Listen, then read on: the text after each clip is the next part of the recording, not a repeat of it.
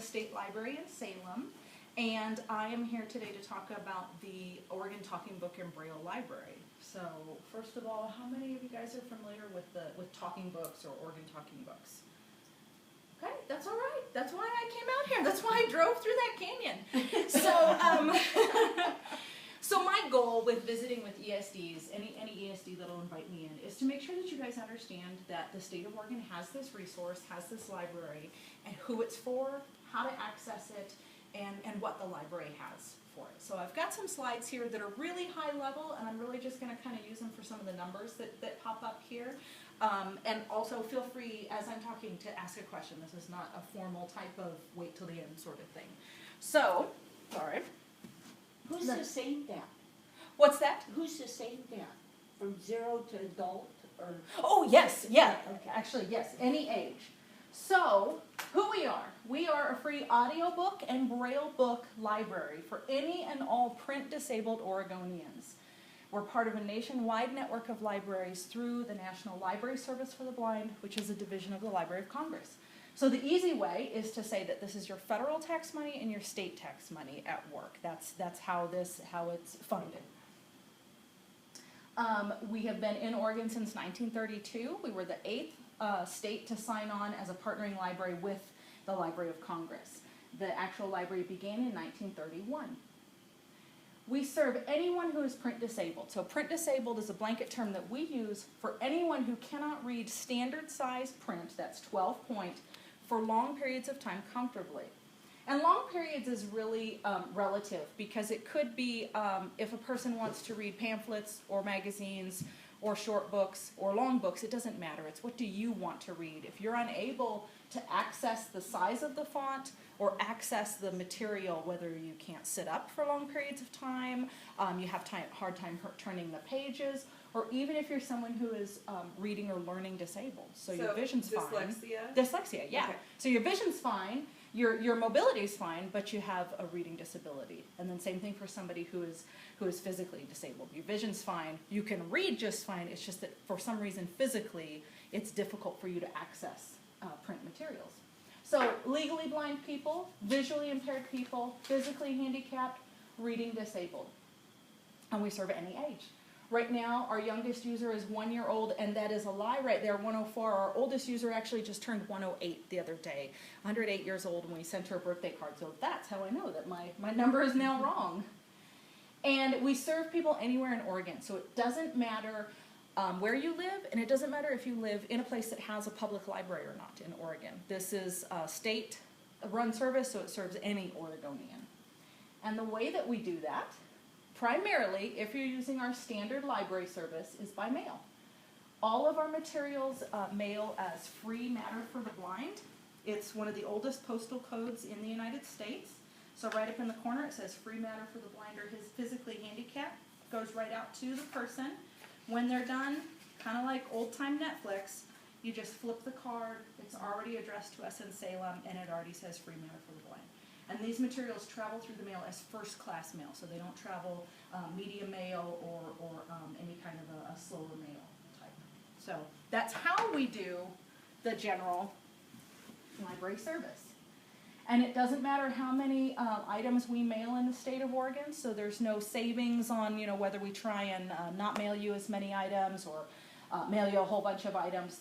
The money is all allocated at the federal level, and it's just one big blanket amount. It's not, well, Oregon used this much and Washington used this much, which is nice because it means that there's no limit to what our users can borrow. They can borrow as many books or as few books as they want to and need to. So the next main questions are, what does our library have? Right now, I can see that I need to do some editing. We actually have 52,000 audio titles. That's not individual blue boxes, that's individual titles of books in our library in audio, and over 60 magazines in audio. All of our books and magazines are narrated by real people. So professional narrators, not volunteers narrating in their garage. These are professional people that go into recording studios and record these books. So it's a very high quality recording. In Braille, for Braille readers, we have over 21,000 Braille titles and 49 Braille magazines. So lots of different titles. And within this, there are things from general fiction, popular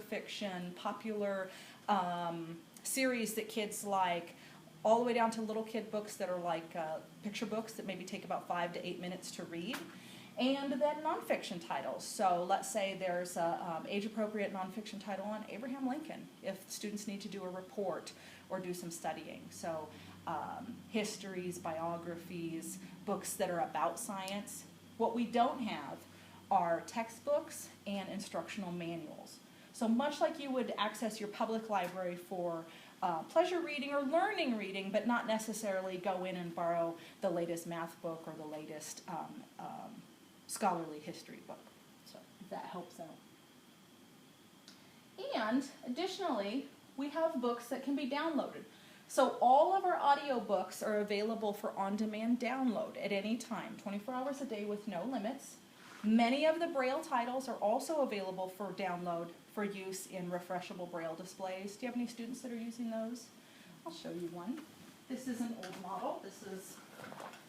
We don't own one of these models, but we borrowed it from the Oregon Textbook and Media Center. So a refreshable Braille display, something that might look like this. These buttons here are like shortcut keys for the alphabet, so that Braille readers can actually take notes in a meeting, take notes in a class, and then they can read back that information on this refreshable Braille dot display. So they would download books from the downloadable site, load them into here. So instead of carrying multiple volumes for a single novel in Braille, they could have 10, 20 books loaded up in this one device. That's a note taker, a book, and everything all in one that they can use to access. It's pretty neat. And the text just comes up one line at a time, and they read it and advance, and read an entire book like that. So that's where downloadable Braille comes into play. Pretty exciting.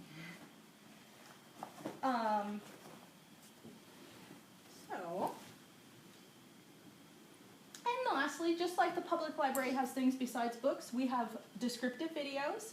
So those are DVDs that have a descriptive audio track that explains the non-dialogue action in a movie. So let's say somebody's walking down a hall in a busy office building, approaching the elevator, he pushes the button, he's waiting, he can see that it's past his floor, and he gets frustrated and he makes a noise. The narration is explaining what's going on, so that when the elevator finally opens up and he goes, "Finally, I've been waiting all day," you know what he's been waiting all day for. So really neat. These are the same videos that you get at Redbox or that you watch on Netflix with just that descriptive audio track. We also have newspapers by phone and access to the Nonpartisan League of Women Voters Guide. So it's really important for people who like to vote independently. So the digital player, I have a couple of here. If you're using the standard library, so books by mail, you're going to borrow one of these from the library. So each student would have one of these, and depending on what works for the student, he or she might have it at home or might have it in the classroom. All students are different. All of their interaction with school and their parents' interaction is different, so we do understand that there could be one player at home, could be one at school, if that's what works the best for the student. We typically just loan one for one, but with students we try to be really, really accommodating to make sure that they have what works for them. So they would borrow this from the library. It's on extended loan. They would keep it for as long as they're using the library. If it ever breaks, malfunctions, they just call us and we send a new one out and then just trade them for the old one. If it is ever damaged, stolen, or lost, same thing. Just call us and we'll send out another one. And because we understand that these go all around the state, we're very lenient. We don't go, well, you know, you really should take more care of that. Stuff happens. If we ever get back a player and it's damaged, like maybe it's been painted on or something, we'll probably call and say, hey, just don't paint the players, you know, just don't do that. Be really careful. Think about where you're putting it. But we don't say, oh, well, you've lost your player privileges. You don't get a player. So because this is federal property, every Oregonian who's eligible deserving is eligible for a player, and so we must provide a player for them. So that's the player. It's a very simple player. Runs on a long life battery with a charge cord already attached to the top, so it's not anything that comes detached that can be lost. When it's fully charged, the player will run for 27 to 30 hours. When it needs to be recharged, it only takes about 2 hours for a full recharge, and they can keep listening while it's charging, so they don't lose any kind of use. This is actually the standard player. Has some really great buttons up here for navigation beyond just regular playing fast forward. They can also bookmark passages. So if there's something they're reading, maybe for a class, they need to discuss chapter 5, they can put a bookmark there and go back to those areas while they're writing a report, while they're discussing in class, while they're doing things to be able to access that just like you would in a print book. The player is pretty cool. It keeps track of where you left off, even if you take the book out, even if you turn the player off. This is really nice because people switch from book to book, but also makes it so they don't have to go and find their place again once they've turned the player back on. This is the book, the entire book. All these books are unabridged, so they are not any shortened version. They are cover to cover with the narration. And it just pops right in there. I'm not going to turn it on right at this moment because it's kind of loud when it's on full volume and it just takes over my presentation. When they're done, it just pops right out. Doesn't have to be rewound or anything like that because it's just a little flash drive on the inside. So there's the book. I'm going to turn this on really quick. Player on. Press any button to learn about its function. So when it's on and there's no book in there, it's in demonstration mode. So they can press any button to find out what it does. This helps people to get kind of aligned with what the buttons do and learn those buttons. There's always that moment where I'm like, is that my car? And the buttons are all shaped a little bit different than one another. They've got some different colors to them, and they all have little Braille dots next to them, so that if there's a Braille reader, they can also use those as cues. They've got volume, they've got play, stop, fast forward. You have a sleep button here. That's a timer. It's going to let the player play for 15, 30, 45, or 60 minutes, and then automatically turn off. It's really nice for people who might get sleepy when they're reading in the evening, but it's also kind of good for kids, too, who might just kind of wander off in the middle of the story. Like I said, 27-hour battery life, it'll just keep playing and play the entire book. So it's kind of a handy thing to have there to maybe hit that a couple of times, and as they get bored and wander off, it just automatically stops playing. We were talking about this at the Extension Center down in Grants Pass with some preschoolers the other day, where it was like, that might be really helpful to be able to just give it like 30 minutes, let it stop playing. Up above, you've got tone and speed. So tone is important for older adults. As we get older, some of the higher tones are harder to hear. So rather than wipe out all of the female narrators in our collection, which is about 50% of the 50-some thousand books, you can actually lower the tone, make the voice a little bit deeper, and make it a little bit easier for people to understand so that they can keep listening. And same thing, if something is really obnoxious and sounds really drudgy and low, you can raise that tone. Because it's digital, it's really neat. It doesn't really alter. You don't necessarily get the chipmunk voice, the high pitched, when you change that tone to a higher tone. Speed, very helpful for people who are vision impaired and start listening to what they read from a very early age. Just like we skim through a book, they listen at a very fast rate as they go on. So they can actually speed up what they're listening to and not listen to it at that average speed level. So very common. Same thing, you can slow it down if there's something that you're listening to that maybe is a little bit technical, like a recipe or something that's very, very, very heavy that you might want to say, oh, I need to slow that down and listen a little bit more carefully. So Player itself has some neat features. So you said recipe, do you have cookbooks? We do, we have cookbooks. Yeah, we've got lots of cookbooks. That would be the closest thing to an instructional manual, would be the cookbooks. So a lot of times people want to know how we select books for people. Requests would be the preferences is the number one way people interact with us. Requests is how we always serve people first and foremost. So anytime someone has a request on their list, we always try to send them that first.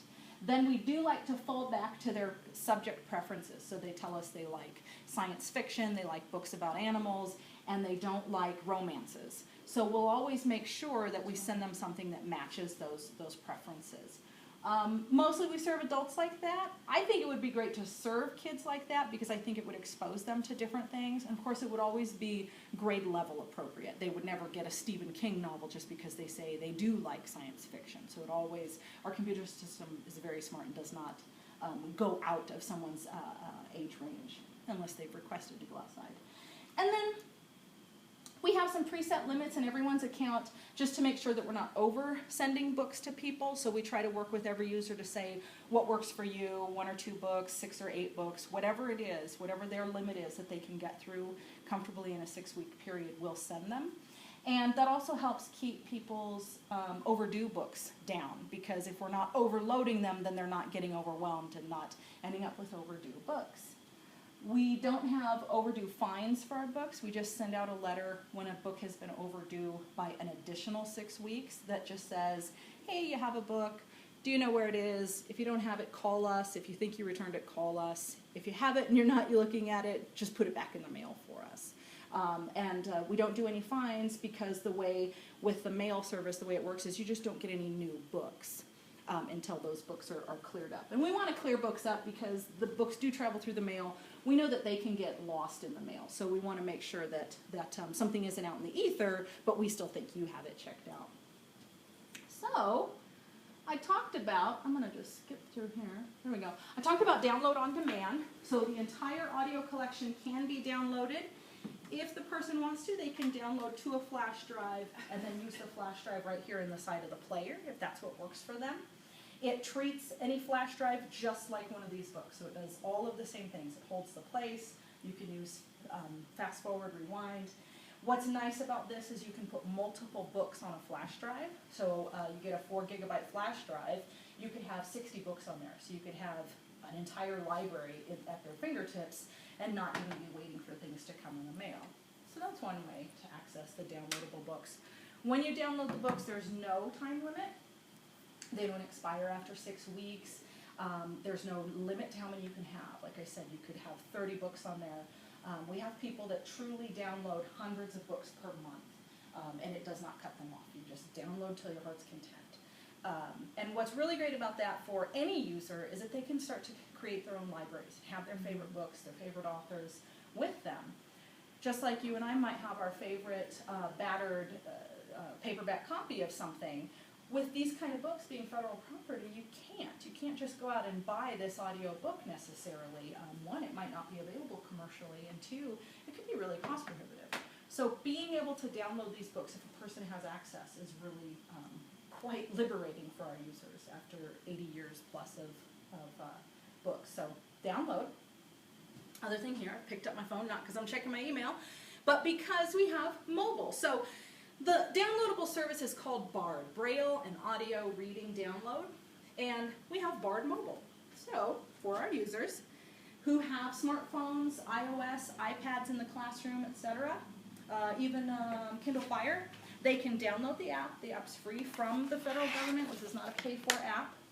They can download the app once they are using the library and simply interact with the library right there on their device. They can search for, download, and listen said Joey disgustedly. to their books. You're worth a dozen pence. I'm listening to Peyton Place right now, so I thought I better double check where I was. So they've got the entire library right there at their fingertips. What I like about this, a few things that I like, is that one, it only downloads and searches on Wi-Fi.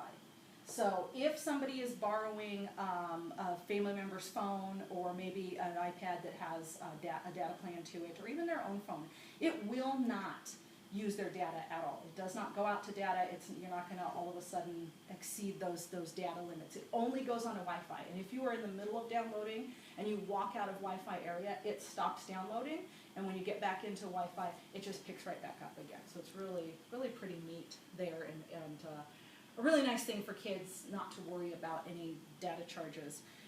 The other thing that you do, where's my Get Books? So, where's my wish list?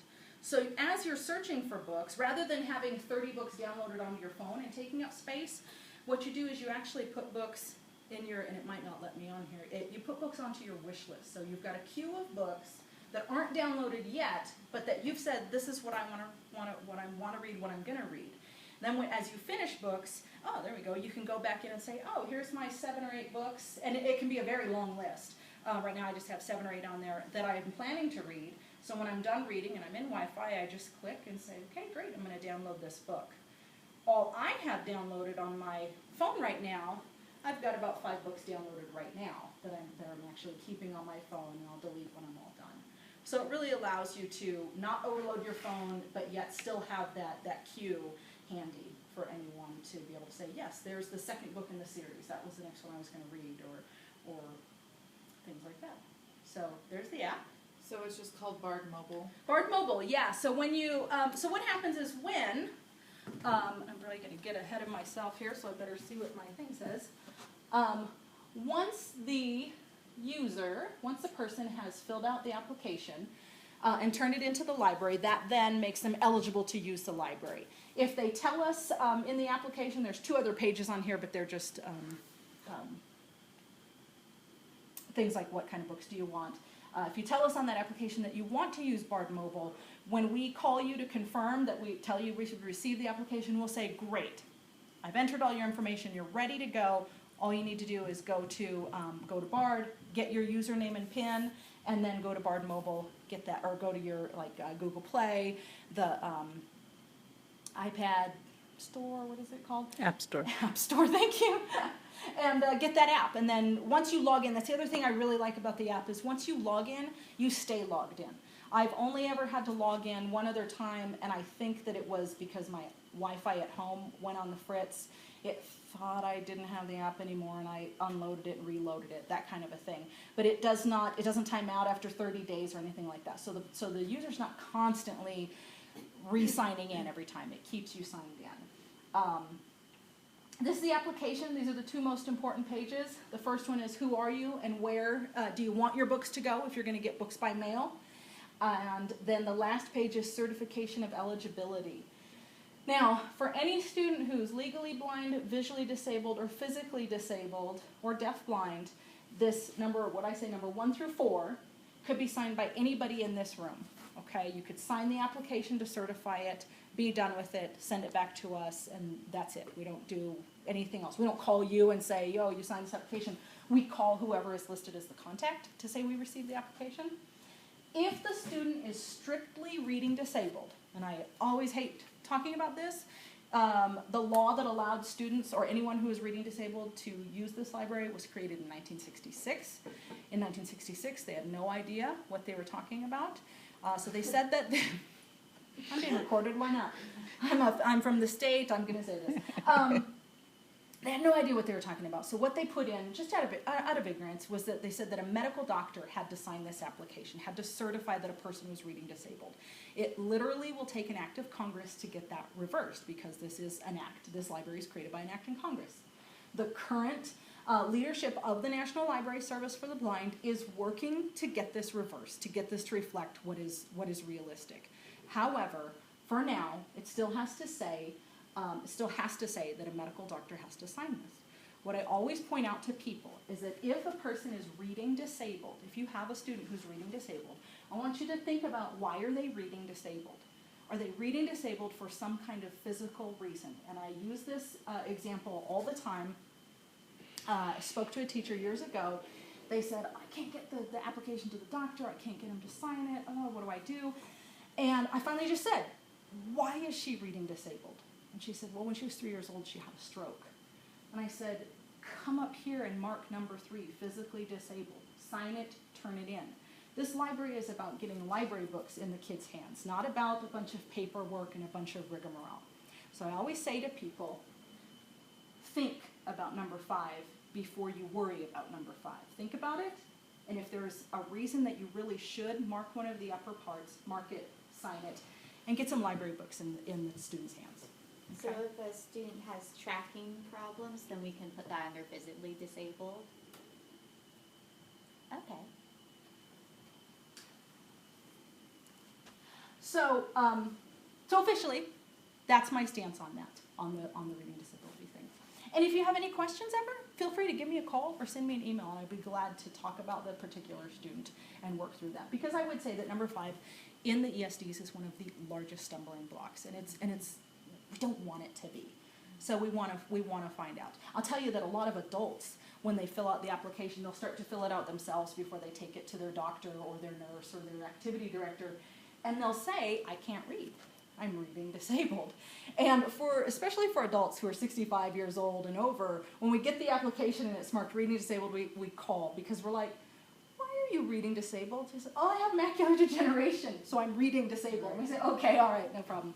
So that's kind of a red flag for us where we will kind of question that because we think about it. A real person reviews this application and he puts common sense into it when he's looking at the application. Once we receive the application, like I said, the only thing we do is call the person that's listed on the contact, just to let them know that we received the application and that we'll either be putting things in the mail or letting them know they can go to BARD immediately and start getting their username and password.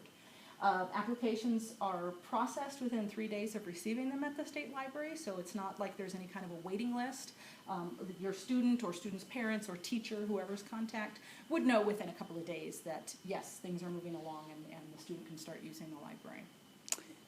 So what about my teachers who need to sign up for themselves? Does Okay. someone else have to sign off for them? So if you have, and I shouldn't say if, when you have a teacher in a classroom, and I did not, I must have given out a bunch of these the other day because I only have a few. So these blue applications are what we call institutional accounts.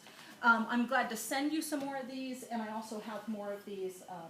Our website always has all applications you can download at any time.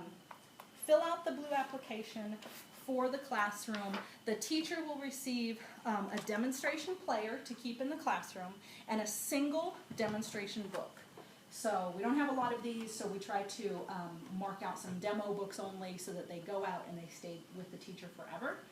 But what he or she has access to is the entire download, so they can download anything they want and have their own little libraries. They also have access to the mobile app as well. Okay, so a little bit of reality check. Aside from being the regional librarian, Okay. which means my libraries could get a demo and, okay.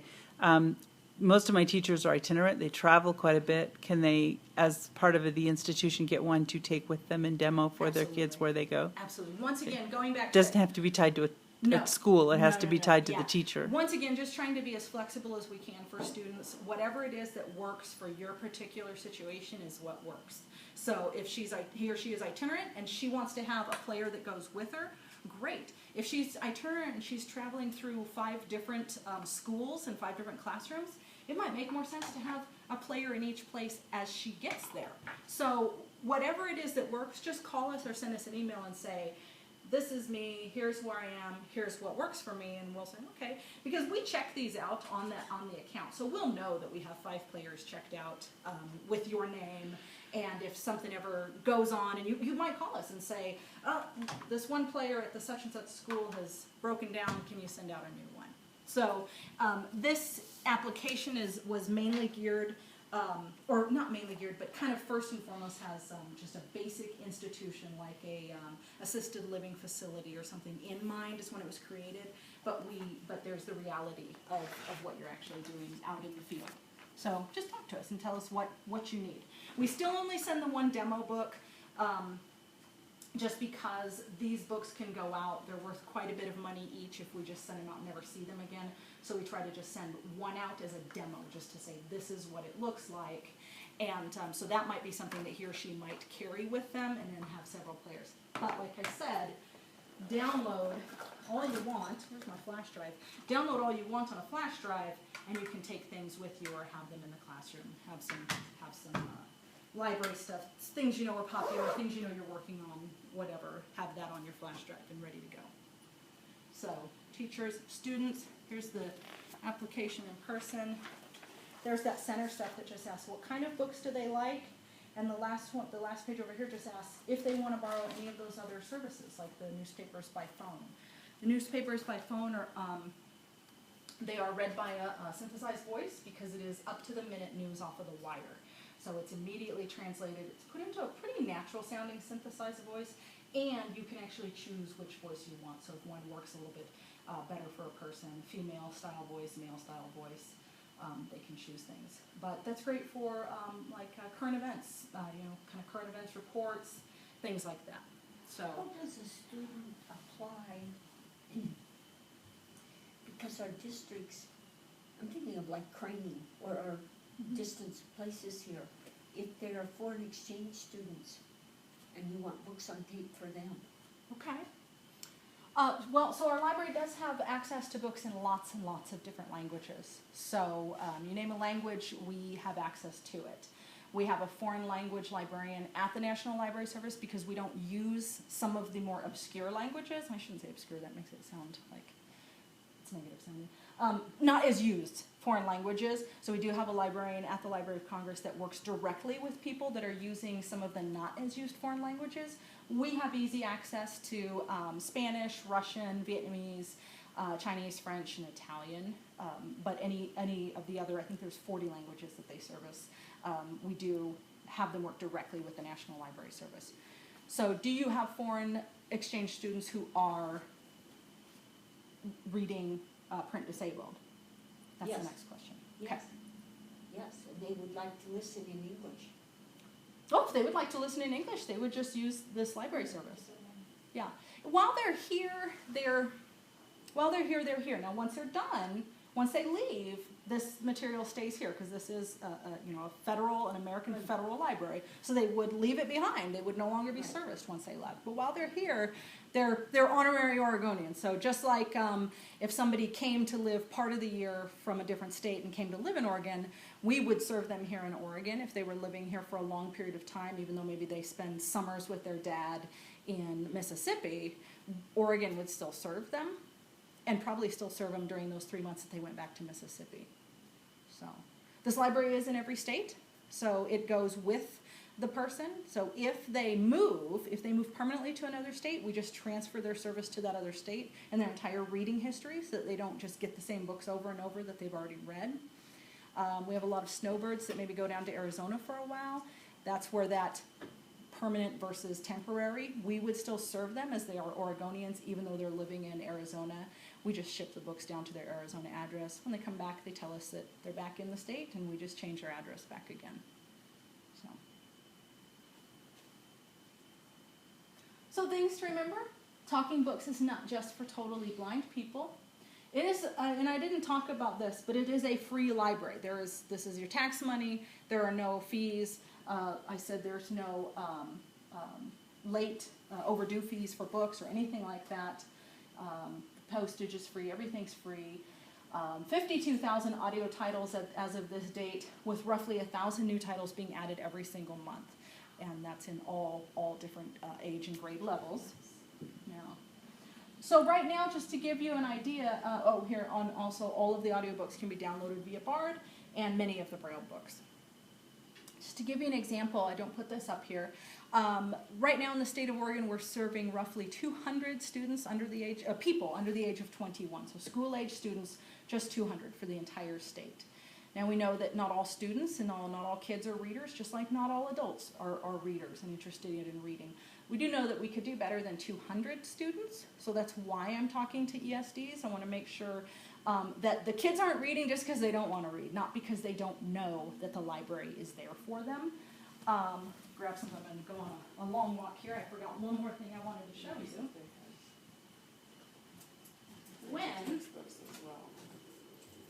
When kids join the library, we send them out a library card. And one thing that it says right down here on the bottom is your library for life. So for people who are print disabled and will be print disabled their entire life, this is their library. This is always going to be their library, whether they live in Oregon or, like I said, Nevada, they move to Maine. They're always going to use this style of library, whether they're Braille readers or audio readers. So we want kids to get used to using the library. Just like kids who are not print disabled go and visit the library on a weekly basis and have regular library time for print books, we want our kids to understand that this is their library, that their library is there for them. So while they may walk into a public library and have limited things that are accessible for them to be able to access, we want them to know that the library is always there for them. So this library card on the back has a little place where they can write their username and password. What's handy for kids is that this gives them a library card, something cool to keep with them. It also helps out as they go from class to class and grade to grade and school to school. If, let's assume that they hold on to this, that it's in their wallet, if they come into your classroom and they're like, oh yeah, I've already got the library, that just saved you all that time with applications and calling and worrying about it. You know, all you have to do is say, hey library, Bobby's in my class now, we need some new books, and we go, yep, let's get those books out to him, if he's getting them like this. If he's borrowing on a device, he's already borrowing. So, library there, library for everyone, and that's just my contact information. Our contact information at the library, got toll-free number, email, website. We answer the phone Monday through Friday, 9 to 4. Our voicemail, though, is 24/7, and it's unlimited. So you can leave us a voicemail anytime. You can leave us email anytime, and we treat those all just like live phone calls and visits. We handle them as quickly as possible, and we have a one-day turnaround for any kind of message, voicemail, email, anything. So if you don't hear from us, you should call us back, because our goal is to get right back to you within a day. Cross now. I have some great brochures, and as with anything here, there's plenty more where this comes from. You can get the applications off of our website if you need one in a pinch. If you'd like some pretty ones like this, all nice and folded, just give us a call or an email, and we'll be glad to make up a packet for you and send them to you. We have a great brochure for students and parents and caregivers that just explains how the library works very briefly, to explain why this library exists and who it's for. Same thing, I've got plenty of these brochures to send out. So if you're doing an event, you're going to meet with several parents and you want to put together some packets, just let us know, and we'll be glad to send you some pretty things to share with people. So, any other questions that I haven't answered well as I've gone? So for like our preschool kiddos that, so I'm thinking I have a set of twins that are on the autism spectrum disorder and pretty severely impacted. We would have We need this one. that medical condition is causing, but we don't know if they're not going to be able to read because they're 3. Sure. So would we go through like the medical doctor? I might have the medical doctor sign the application, and what I do is you just, if you maybe make yourself up a little form letter that explains, we believe this library would be useful for these students and here's why, and you can send it with that, because I know you might not necessarily be speaking with their doctor, but you can send that on your letterhead to say, can you please sign this for us? It's library service. Anybody who doesn't want to sign it, like, come on, this library, it's like there's no money changing hands, it's just to get library books. But there are preschool books, so all the little picture books that you see at the library, they are all narrated, they're 6 to 8 minutes, they are completely audio, so there's no visual that goes with them.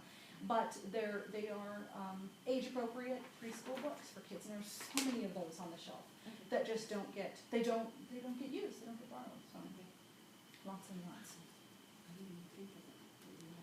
I'm just thinking like a colony sort of. Mhm. And that's where having your own player and then downloading some things would really maybe work, because that could be something that you could, maybe while you don't know if they are eligible for the library or not yet, you might just use your demo player and some downloaded books and listen with them. If they seem like they really like it and they're really responding, then fill out the application and go through that to get the library.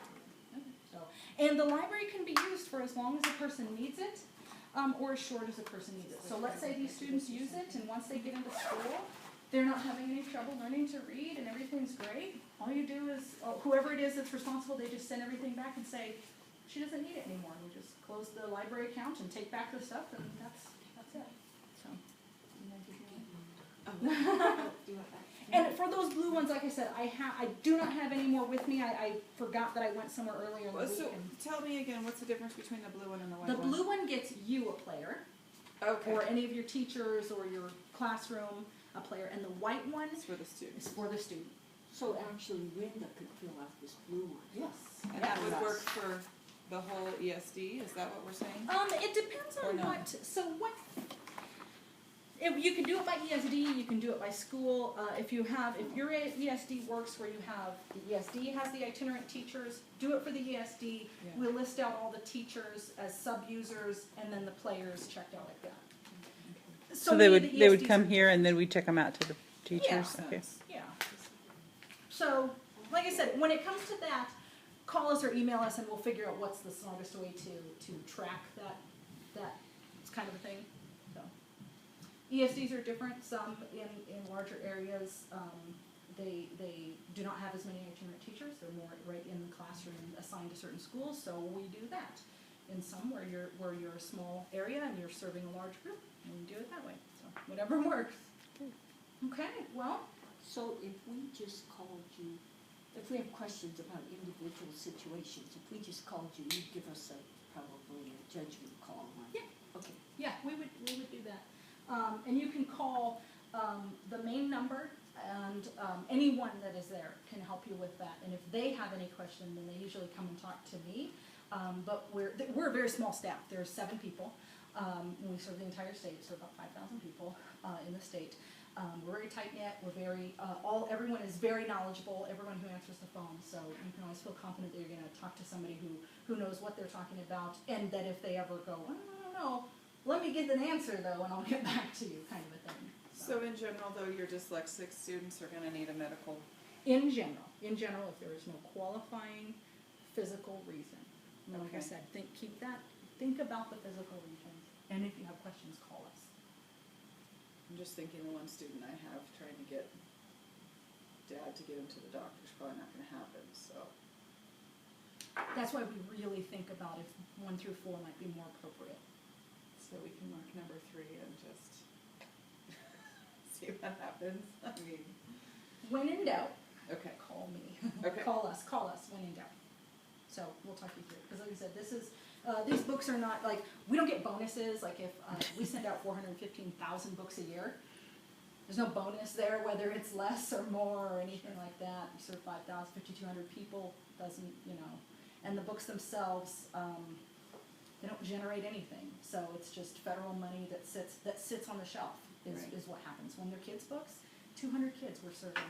I've got tens of thousands of children's age books that just sit on the shelf. and that would be great for some of these kids that have to do book reports and need to get through 300 pages and they can't do Yeah, it, and so they absolutely. just don't get their book report done. Absolutely. Or I'm the talking book right now for the history book. I read it to him and he fills in the answer, Yeah, So it would be really nice if you could just grab something, general knowledge on the Civil War, and have him listen to it, and then, at least he's learning the information. absolutely, absolutely. So that's why I say, when in doubt, always ask. Just call us and ask us, because I'd rather see things being used. I also, when I'm not out here, I'm in the library and I do all the cataloging. I'm the staff librarian, so it means I do all the librarian-related things. I do all the cataloging. I catalog hundreds of children's books every month. Out of 1,000 that I get, I would say easily 400 of them are children's books. And every time I catalog them, I'm like, yep, this is never going to be used. This is, what are the odds this is going to ever go off the shelf? Because there aren't enough kids using the library.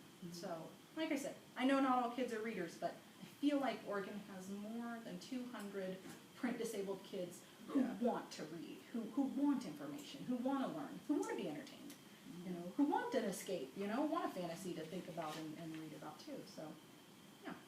All right. Thank you very much for Thank you. coming. All right. So